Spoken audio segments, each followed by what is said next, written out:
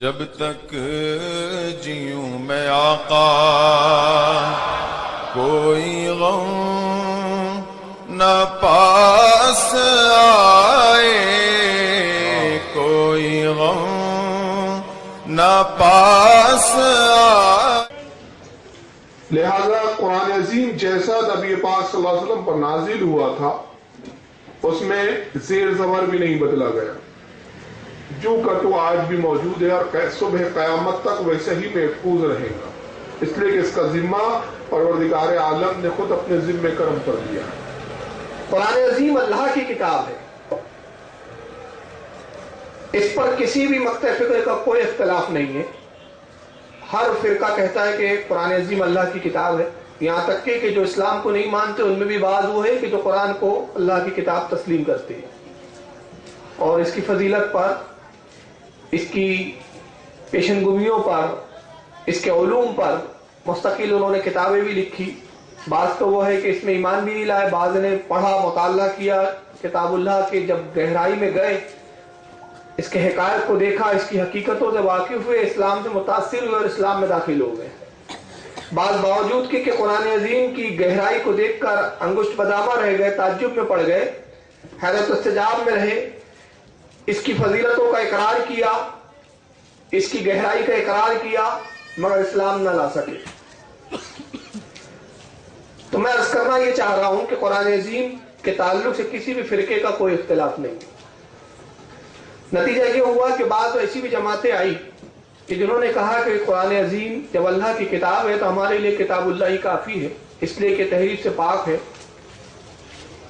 لہذا اسی پر چلا جائے، اسی پر عمل کیا جائے، اور اس کے علاوہ دوسری جتنی چیزیں سب کو چھوڑ دیا جائے، سب کا رد کر دیا جائے۔ چنانچہ ایک فرقہ بنا، مختلف فرقے ہوئے۔ ان فرقہ باطلہ میں ایک فرقہ جو اپنے آپ کو اہل القرآن کہتا ہے، انہوں نے دعویٰ کیا کہ قرآن چونکہ محفوظ ہے، اللہ نے اس کا ذمہ لیا ہے، لہذا قرآن عظیم ہی ہمارے لیے ہدایت کے لیے اور عمل کے لیے کافی ہے، ہمیں حدیث رسول کی کوئی ضرورت نہیں ہے۔ حدیث کا معاملہ جہاں تک ہے، حدیث کا یہ ہے کہ چند انسانوں سے چند انسانوں تک پہنچی ہوئی روایتیں ہیں، جیسے کہ مولانا ابو اعلیٰ مودودی صاحب، حالانکہ اہل القرآن فرقے سے تو تھے نہیں، مگر حدیث کی اہمیت کو اتنا نہیں مانتے تھے، لہذا انہوں نے اپنی کتاب وسائل و مسائل جلد اول میں لکھتے ہیں کہ حدیث کیا ہے۔ حدیث چند انسانوں سے چند انسانوں تک پہنچی ہوئی روایتیں ہیں۔ اس سے زیادہ یہ ہوتا ہے کہ یہ معلوم ہوتا ہے کہ نبی پاک کی حدیث ہے، نبی کا قول ہے، مگر علم یقین حاصل نہیں ہوتا۔ لہذا ضروری نہیں ہے کہ جس حدیث کو محدثین جنہوں نے روایت کیا وہ صحیح کہہ لے تو ہمارے لیے وہ قابل اطمینان ہو اور ہم اسے صحیح کہہ لیں۔ یہ میں نے مفہوماً ان کی بات کو بتایا، الفاظ تھوڑے ادھر ادھر ہو سکتے ہیں لیکن مفہوم یہی ہے ان کی بات کا۔ چنانچہ ایک فرقہ وہ ہمارے جماعت میں ہمارے بیچ آیا کہ جنہوں نے کہا کہ قرآن کے ہوتے ہوئے حدیث رسول کی کوئی ضرورت نہیں ہے، قرآن ہمارے لیے کافی ہے۔ یہ فرقہ اپنے آپ کو اہل القرآن کہتا ہے۔ ہندوستان میں ویسے بہت کم پائے جاتے ہیں، لیکن ان کی بڑی تعداد آپ کو پاکستان میں مل جائیں گی۔ اس کے علاوہ دوسرے جو عربی ممالک ہیں وہاں پر یہ فرقہ بڑی کثرت سے پایا جاتا ہے۔ اور ایک بات یہ بھی ہے کہ یہ فرقہ اپنے آپ میں دنیاوی تعلیم کے اعتبار سے بہت ویل کوالیفائڈ ہوتا ہے۔ نتیجہ یہ ہوتا ہے کہ بہت سارے لوگ ان کی باتوں کو سن کر متاثر ہونے لگتے ہیں اور سوچتے ہیں کہ واقعی بات تو صحیح کہی جا رہی ہے، حدیث تو محدثین کی لکھی ہوئی ہے، بہت بعد میں لکھی گئی۔ ابھی جتنے وہ ان کے اعتراضات ہیں وہ تو میں اگلی مجلس میں لوں گا۔ آج کے بیان میں یہ واضح کرنا چاہتا ہوں کہ اللہ کے نبی صلی اللہ علیہ وسلم کی حدیث بھی اسلام کا ایک حصہ ہے، جز ہے، اس کے بغیر بھی اسلام دین مکمل نہیں ہو سکتا۔ ہماری 2 مجلسیں ہوں گی اس تعلق سے، اور اس کے بعد کا پھر جو ٹاپک ہے وہ ایک لمبا ٹاپک چلے گا عرس اعلیٰ حضرت کے بعد، چونکہ اگلا سنیچر ہو سکتا ہے عرس اعلیٰ حضرت کے تعلق سے آ جائے، تو 2 مجلسیں ہم اس تعلق سے کہ آگے بیچ میں منقطع نہ ہو جائے کوئی نئے ٹاپک کا سلسلہ، لہذا ہم چاہ رہے ہیں کہ ایک مختصر سا یہ ٹاپک لے لیں۔ اور آج کا عنوان جو ہم نے رکھا ہے وہ یہ کہ کیا واقعی قرآن کے ہونے کے ساتھ ساتھ قرآن کی موجودگی میں کیا حدیث رسول کی ضرورت ہے یا نہیں ہے، یہ آج کا عنوان ہے۔ تو آج تو میں اپنی تائید میں قرآن اور حدیث سے دلیلیں پیش کروں گا اور اگلی مجلس میں ان کے وہ اعتراضات اور ان کی وہ باتیں جس کی بنا پر یہ کہتے ہیں کہ قرآن ہی کافی حدیث کی ضرورت نہیں، ان کی ان باتوں کا ہم جائزہ لیں گے۔ اب میں آگے آپ کو ایک بات یہ بھی بتاتا چلوں کہ یہی فرقہ جو اہل قرآن کے نام سے بہت پہلے ایجاد ہوا تھا، بعد میں علماء اور ائمہ نے اس فرقے کا جواب دیا، دندان شکن جواب دیا۔ نتیجہ یہ ہوا کہ فرقہ کچھ حد تک تو ختم ہو گیا تھا، مگر اس فرقے کو پھر دوبارہ زندگی سر سید احمد خان نے بخشی، جنہوں نے علی گڑھ یونیورسٹی بنائی تھی۔ انہوں نے بھی یہی نظریہ اور عقیدہ لایا کہ قرآن کے ہوتے ہوئے حدیث رسول کی کوئی ضرورت نہیں ہے۔ اور جو لوگ نیٹ پر بیٹھتے ہیں آج کل، نیٹ پر چیٹنگ وغیرہ کرتے ہیں، یا وہ فیس بک کا جو ایک ہوتا ہے جس پر گفتگو کی جاتی ہے، تو آپ کو اگر جو لوگ اس سے وابستہ ہے وہ دیکھتے ہیں کہ کئی بار ایسا ہوتا ہے کہ بہت سے اہل قرآن کے ماننے والے، ایسے فرقے کے تعلق سے رکھنے والے لوگ ٹکرا جاتے ہیں اور وہ بحث کرنے لگتے ہیں کہ ہم حدیث کو نہیں مانتے۔ جب آپ ان کو حدیث سناؤ تو کہتے نہیں یہ حدیث ہم نہیں مانتے، قرآن میں ہو تو بتاؤ۔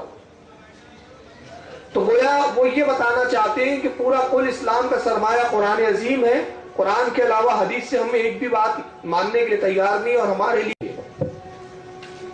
سر سید احمد خان صاحب نے جب اس فرقے کو زندہ کیا تو اس فرقے کو اہل القرآن کا تو نام نہیں دیا علماء نے، البتہ فرقہ نیچری کہا اس کو، اور آج یہ فرقہ علی گڑھ وغیرہ میں بہت زیادہ کثرت سے اس کے ماننے والے پائے جاتے ہیں۔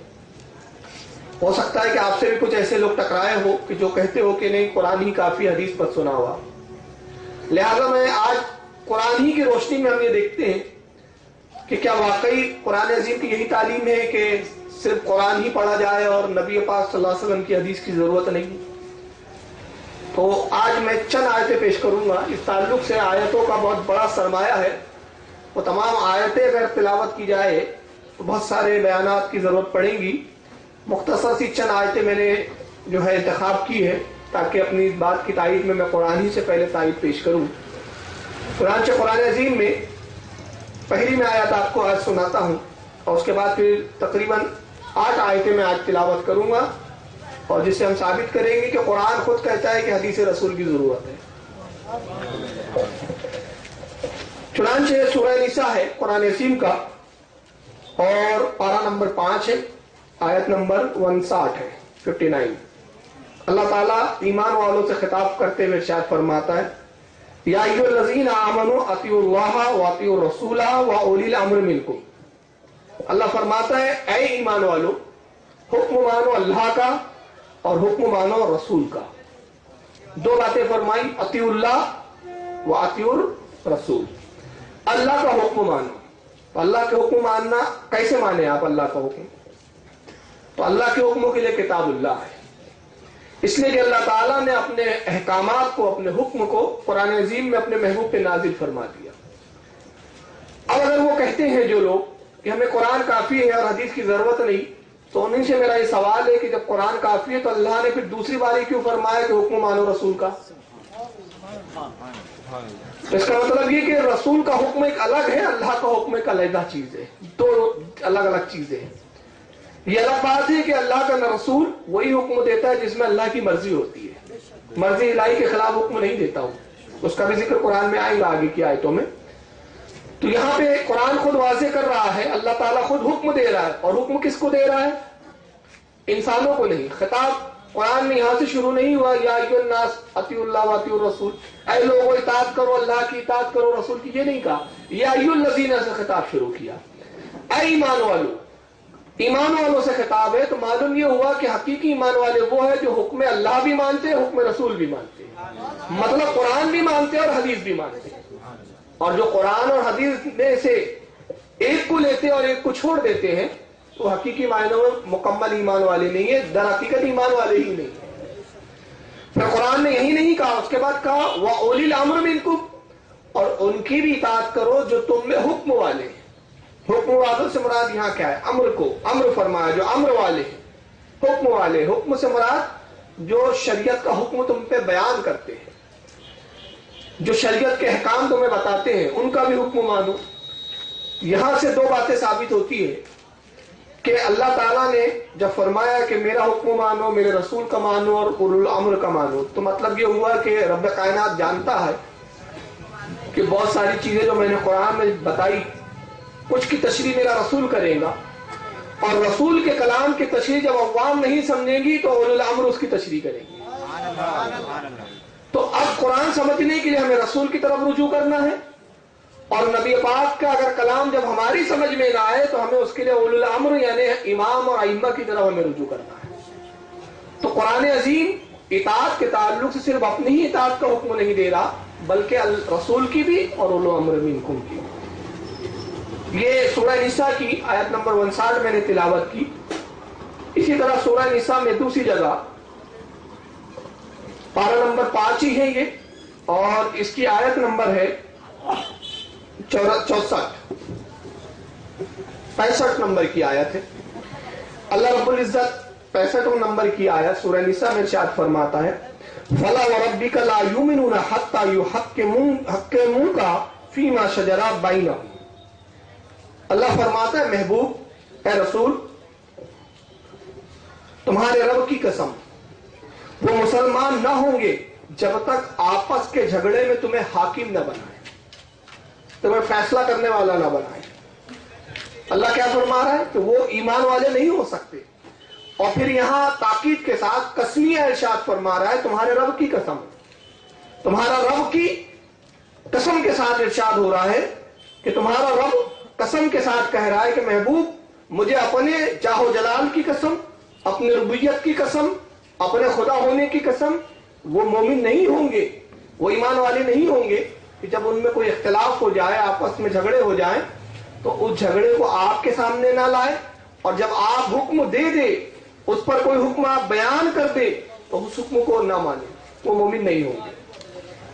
اس آیت کریمہ سے بات واضح ہو جاتی ہے کہ اگر قرآن عظیم مکمل ہمارے لیے مکمل ضابطۂ حیات تو ہے، اب اس کی میں ایک تشریح کروں گا بعد میں، قرآن عظیم ہی کافی اور حدیث رسول کافی نہیں ہے اگر، اور رسول کی یہاں ضرورت نہیں ہے، حدیث کی ضرورت نہیں ہے، تو اللہ تعالیٰ یہ فرماتا ہے کہ محبوب جب تمہارے بیچ، تمہارے ماننے والوں کے بیچ جھگڑے ہو جائے تو ان کو چاہیے کہ قرآن کی طرف رجوع کریں۔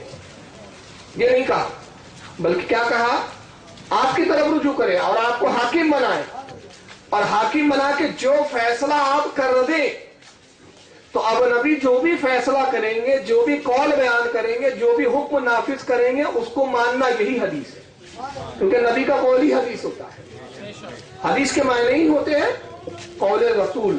حدیث کی 3 قسمیں ہوتی ہیں، یاد رکھیے، ہمارے ائمہ نے اور محدثین نے حدیث کی 3 قسمیں بیان کی، اور اس کو آپ ذہن نشین کر لیں، یہ اصطلاحاتیں بہت کام کی ہوتی ہے۔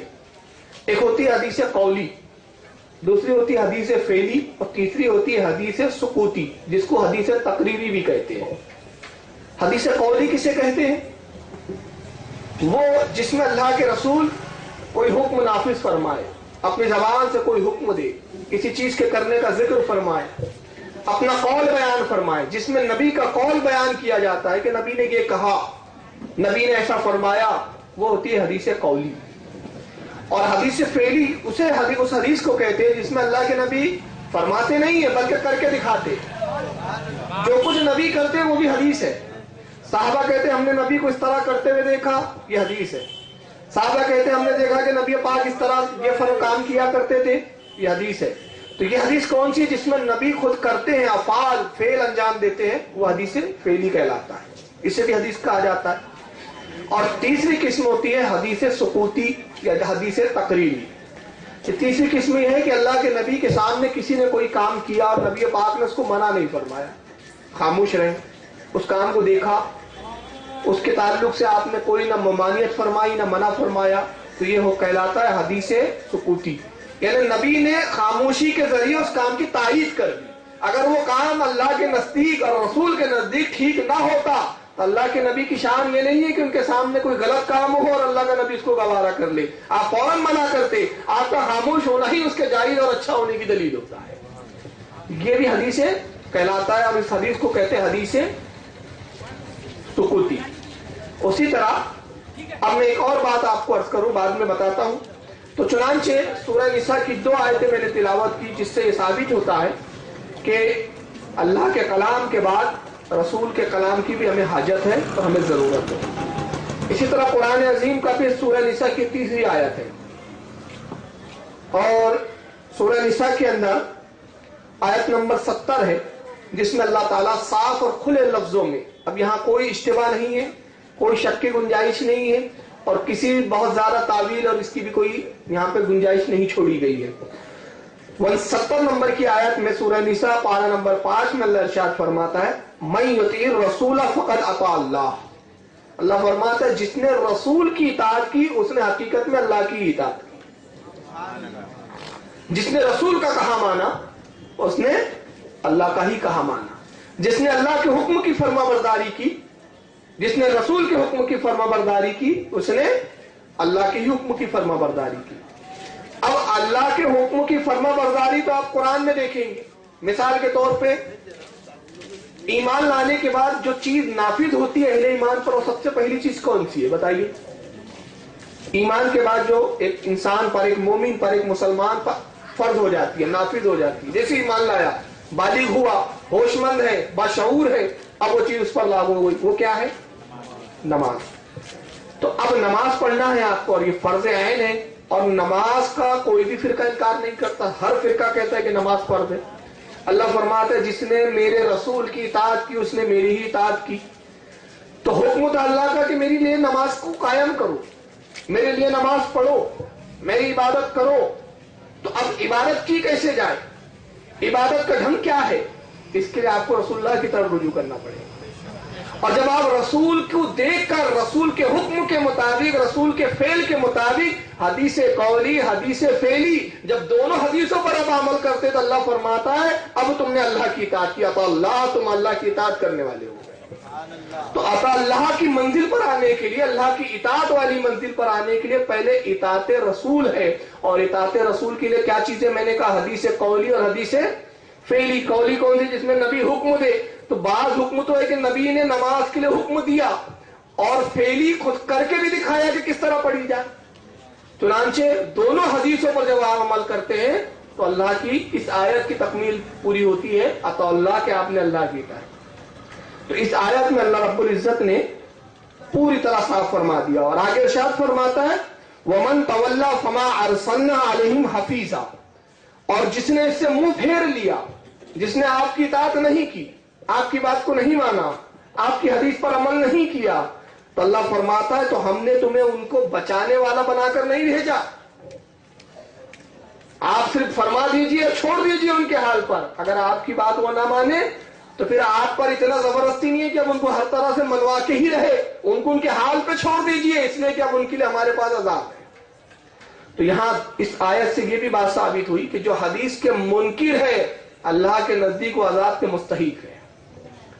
حدیث پر عمل کیے بغیر کوئی چارہ ہی نہیں ہے۔ سورہ نساء کی 3 آیتیں بھی آپ نے سن لی، اب آئیے 4 آیت کریمہ، سورہ احزاب پارہ نمبر 21 ہے اور آیت نمبر 21 ہے 21، اور پارہ نمبر بھی 21، آیت نمبر بھی 21، اور سورہ ہے احزاب۔ اللہ تعالیٰ ارشاد فرماتا ہے لَقَدْ كَانَ لَكُمْ فِي رَسُولِ اللَّهِ أُسْوَةٌ حَسَنَةٌ۔ یہ بھی دیکھیں کتنا کھلے لفظوں میں ارشاد ہو رہا ہے۔ اللہ فرماتا ہے بے شک تمہارے لیے رسول کی پیروی بہتر ہے۔ اسوہ حسنہ کسے کہتے ہیں؟ حسنہ کے معنی بہترین طریقہ کار، بہترین طریقہ عمل، بہترین ایک انداز، اور اسوہ کے معنی ہوتے ہیں عادت، ایک لفظی معنی عادت۔ اور کیا ہوتے ہیں اسوہ کے معنی؟ عادت و اطوار، چلنے کا انداز، بولنے کا انداز۔ تو اللہ تعالیٰ فرماتا ہے کہ تمہارے لیے ہمارے نبی کے چلنے میں، بولنے میں، کھانے میں، ہر کردار میں تمہارے لیے ایک نمونہ ہے۔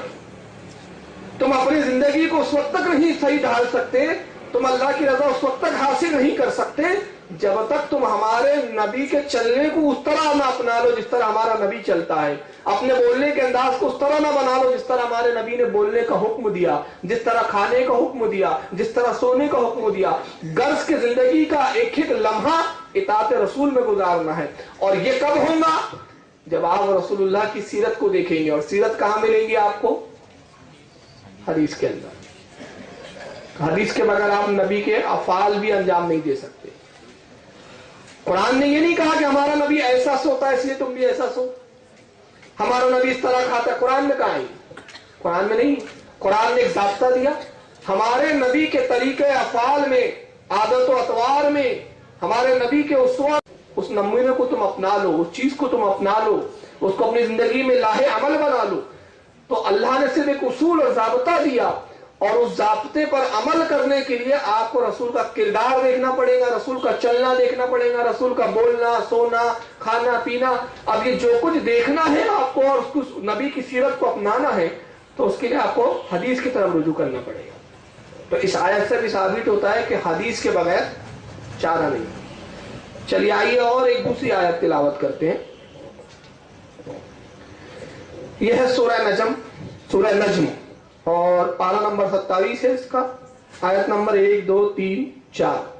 چھوٹی چھوٹی آیتیں, چاروں آیتوں میں تلاوت کر دیتا ہوں. وَالنَّجْمِ إِذَا هَوَىٰ, اللہ رب العزت ارشاد فرماتا ہے, اس پیارے چمکتے ستارے محمد کی قسم جب وہ معراج سے اترے.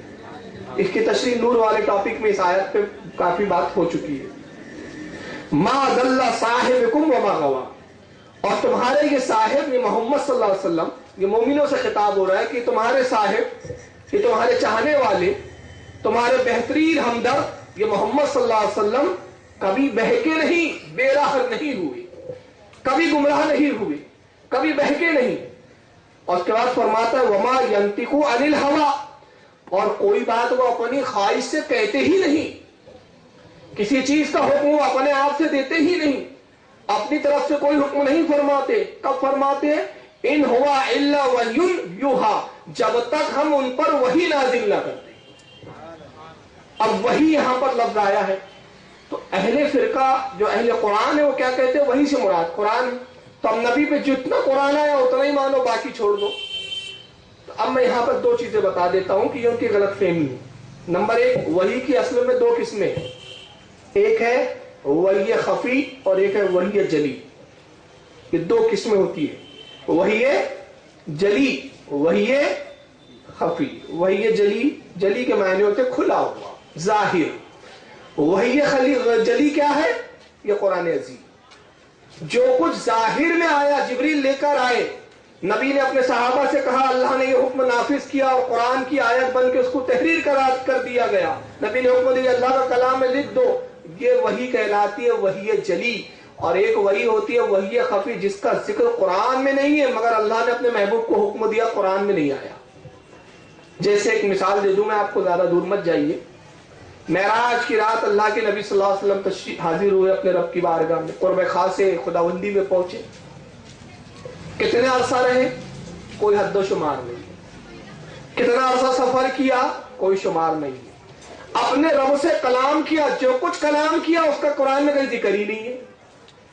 تو اب اللہ نے روبرو اپنے نبی سے جو کچھ فرمایا, یہ وحی خفی ہے, وہ رسول جانتے ہیں اور اللہ جانتا ہے, کوئی نہیں جانتا. اس میں سے اب رسول نے جتنا چاہا اتنا بتا دیا اور جتنا نہیں چاہا نہیں بتایا. بہت حصہ تو نبی نے بتایا ہی نہیں, اور جو کچھ بتا دیا تو وہ بھی قرآن نہیں بنا, وہ کیا بنا؟ وہ حدیث بنا. تو وہی دوسری قسم وحی کی ایک کیا ہوتی ہے؟ وحی خفی. در حقیقت وہی ہوتی ہے حدیث رسول. تو اب یہاں پر اللہ فرما رہا ہے کہ ہمارا محبوب بغیر خواہش کے کہتا ہی نہیں. تو مطلب یہ ہوا کہ اب نبی جو بھی بول رہے ہیں, مطلب جو بھی حدیث نکل رہی ہے, در حقیقت وہ بھی وہی ہے, مگر وہی جلی نہیں ہے, وہی خفی ہے. اس پر بھی ایسی ہی ماننا ہے جیسے قرآن عظیم کو ماننا ہے, اس کے بھی آپ انکار نہیں کر سکتے. اور اگر آپ کہیں کہ نہیں قرآن میں جتنا ہے اتنا ہم مانیں گے, نبی نے جو کہا وہ نہیں مانیں گے, تو قرآن کہہ رہا ہے ہمارا نبی تو ہماری مرضی کے بغیر کہتا ہی نہیں ہے. جب کہتا ہے تو ہماری مرضی کے مطابق کہتا ہے, ہمارے مرضی پہ کہتا ہے. تو اس کا مطلب یہ ہوا کہ اللہ تعالیٰ خود اپنے بندوں سے فرما رہا ہے کہ دیکھو میرے نبی کے ہر قول کو لے لیا کرو, ہر قول پر عمل کیا کرو. جو بھی نبی کا قول تم تک پہنچ جائے اس کو نہ ٹھکرانا, اس لیے کہ وہ ہمارے ہی مرضی کے مطابق کہلوایا گیا ہے, اس پر تمہیں عمل کرنا ہے. اس کے بعد آئیے قرآن عظیم کا یہ سورہ حشر ہے اور پارہ نمبر 28. اس میں اللہ رب العزت ارشاد فرماتا ہے